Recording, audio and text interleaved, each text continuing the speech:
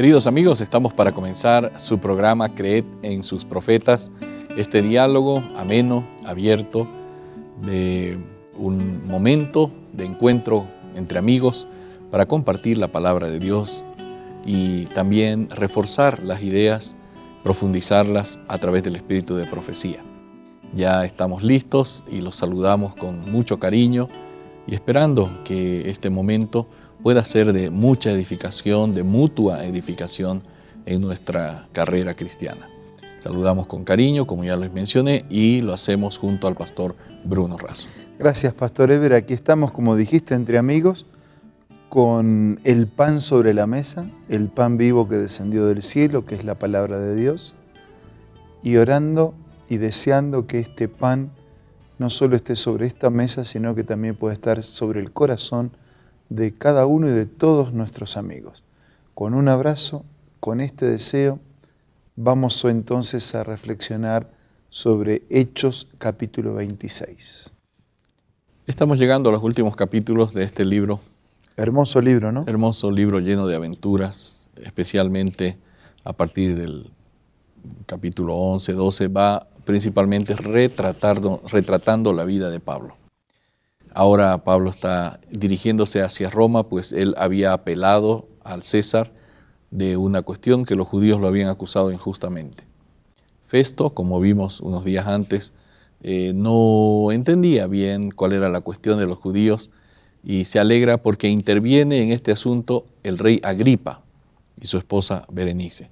Entonces él dice, Pablo dice, bueno, gracias rey porque me estás escuchando y te voy a explicar exactamente cómo ha sido mi vida. Y él empieza a relatarle la vida en el capítulo 26, desde los primeros versículos, ¿no? Y en un momento, él en su narración, él hace como una especie de evaluación de su vida pasada. Y él dice así, yo ciertamente había creído mi deber hacer muchas cosas contra el nombre Jesús de Nazaret. Interesante. O sea, él lo consideraba su deber, ¿no? Sí, su deber. Era sincero, pero equivocado. Equivocado, ¿no? Entonces, ahora, ¿qué tipo de evaluación hace Pablo sobre su pasado? Y cómo lo describe el espíritu de profecía para amplificarnos también estos conceptos. En el libro Fe y Obras, página 32, podemos leer: Dios nos ha dado su palabra para que sea nuestra guía. Cristo dijo, escudriñad las Escrituras, porque a vosotros os parece que en ellas tenéis la vida eterna, y ellas son las que dan testimonio de mí. Él oró por sus discípulos, santifícalos en tu verdad, tu palabra es verdad. Pablo dice, yo ciertamente había creído mi deber hacer muchas cosas contra el nombre de Jesús de Nazaret, pero esta creencia no hizo que este proceder fuera correcto. Cuando Pablo recibió el Evangelio de Jesucristo, ese Evangelio lo convirtió en una nueva criatura. Fue transformado. La verdad plantada en su alma le dio tal fe y coraje como seguidor de Cristo que ninguna oposición pudo moverlo y ningún sufrimiento acobardarlo. O sea, él se dio cuenta, ¿no? Y reconoció que su pasado había sido incorrecto, que la palabra de Dios era la guía, y apasionadamente, valientemente, osadamente, decididamente, comprometidamente, se volcó no solo a creer, sino a proclamar, a extender esa fe, a extender ese evangelio. Y así resulta emocionante para alguien, por lo menos para mí, supongo que para ti también y para nuestros amigos también. Yo soy un apasionado de Pablo. Dice, ninguna oposición pudo moverlo y ningún sufrimiento acobardarlo. Y lo vimos, ¿no? A lo largo de estos días, estas semanas, cómo él sufrió naufragio, sufrió persecución, pero se mantuvo firme, al punto que no le importaba llegar al centro del gobierno romano, donde en ese tiempo estaba gobernando un emperador que era, podríamos decir, uno de los más negativos, uno de los que mostraron menor misericordia para contra sus enemigos. Al contrario, le interesó ir porque de esa manera podía dar testimonio hasta ese extremo de lugares, ¿no? Y de autoridades. Así es. Pablo continuó con su defensa, pero como era su costumbre, en algún momento añade algo. Pablo sabía que posiblemente era su única oportunidad de estar delante de un hombre de tanta importancia, un gobernante. Así que no finaliza su relato, su narración, sin un llamado. Sin apelar al corazón del oyente para que no solamente escuche, sino que reaccione y tome la mejor decisión frente a lo que ha escuchado. Exacto. Ahora Pablo fue bastante osado porque incluso el uso de las palabras que él hizo, casi al final dice, ¿crees, oh rey Agripa, a los profetas? Yo sé que crees. Sí, no le estaba hablando en el vocabulario popular o en la cortesía del lenguaje refinado. Le estaba hablando desde la urgencia de lo espiritual y de una vida eterna en juego. Exacto. Entonces, tenemos que entender la pasión de Pablo al hablar. Y parece que en algún momento el rey Agripa se sintió compelido, pero luego de unos instantes Agripa le dice, por poco me persuades a ser cristiano. Tan cerca y tan lejos. Sí. ¿Qué nos dice la inspiración de esta parte de las Escrituras? Al oír estas palabras recordó Agripa la historia de su familia y sus estériles esfuerzos contra aquel a quien Pablo estaba predicando. Pensó en su bisabuelo Herodes y en la matanza de los niños inocentes de Belén. Pensó en su tío abuelo Antipas y en el asesinato de Juan el Bautista. Pensó en su propio padre Agripa I y en el martirio del apóstol Jacobo. Vio en los desastres que rápidamente sobrevinieron a esos reyes una demostración del desagrado de Dios debido a sus crímenes contra sus siervos. La pompa y el boato de ese día recordaron a Agripa el tiempo cuando su propio padre, un monarca más poderoso que él, estuvo en esa misma ciudad ataviado con un ropaje brillante mientras el pueblo clamaba que él era un dios. Se había olvidado de cómo, aún antes de que se acallaran los gritos de admiración, un castigo rápido y terrible había sobrevenido al vanaglorioso rey.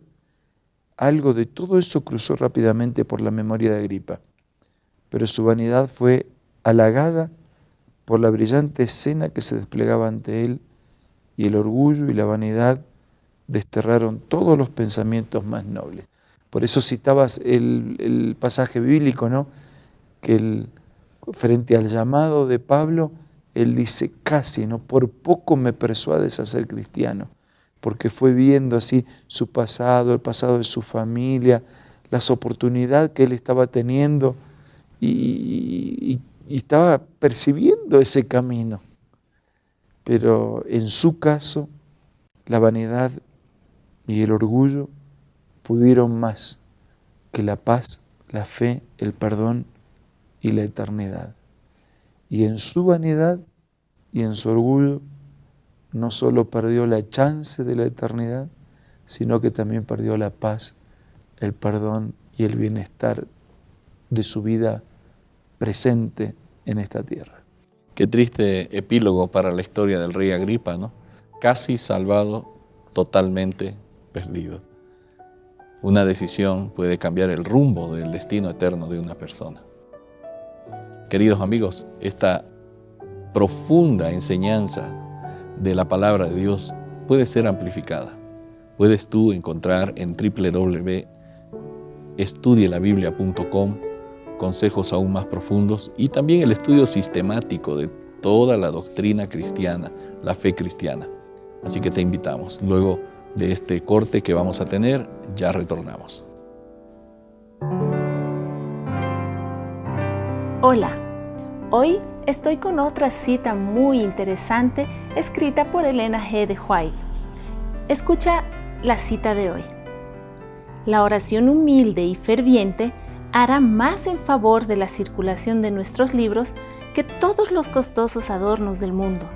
Si los obreros quieren dedicar su atención a lo que es verdadero, vivificante y real, Si quieren orar por el Espíritu Santo, creer y confiar en Él, su poder se derramará sobre ellos en poderosos raudales celestiales y hará impresiones adecuadas y verdaderas sobre el corazón humano. Por lo tanto, orad y trabajad.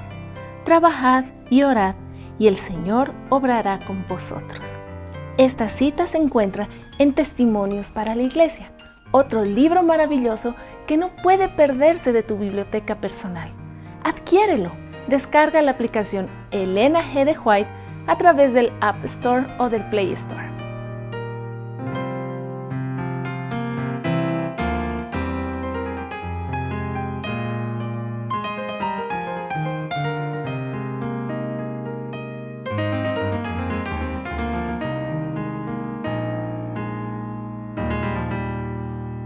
Gracias amigos por continuar en compañía de Nuevo Tiempo, la señal de esperanza.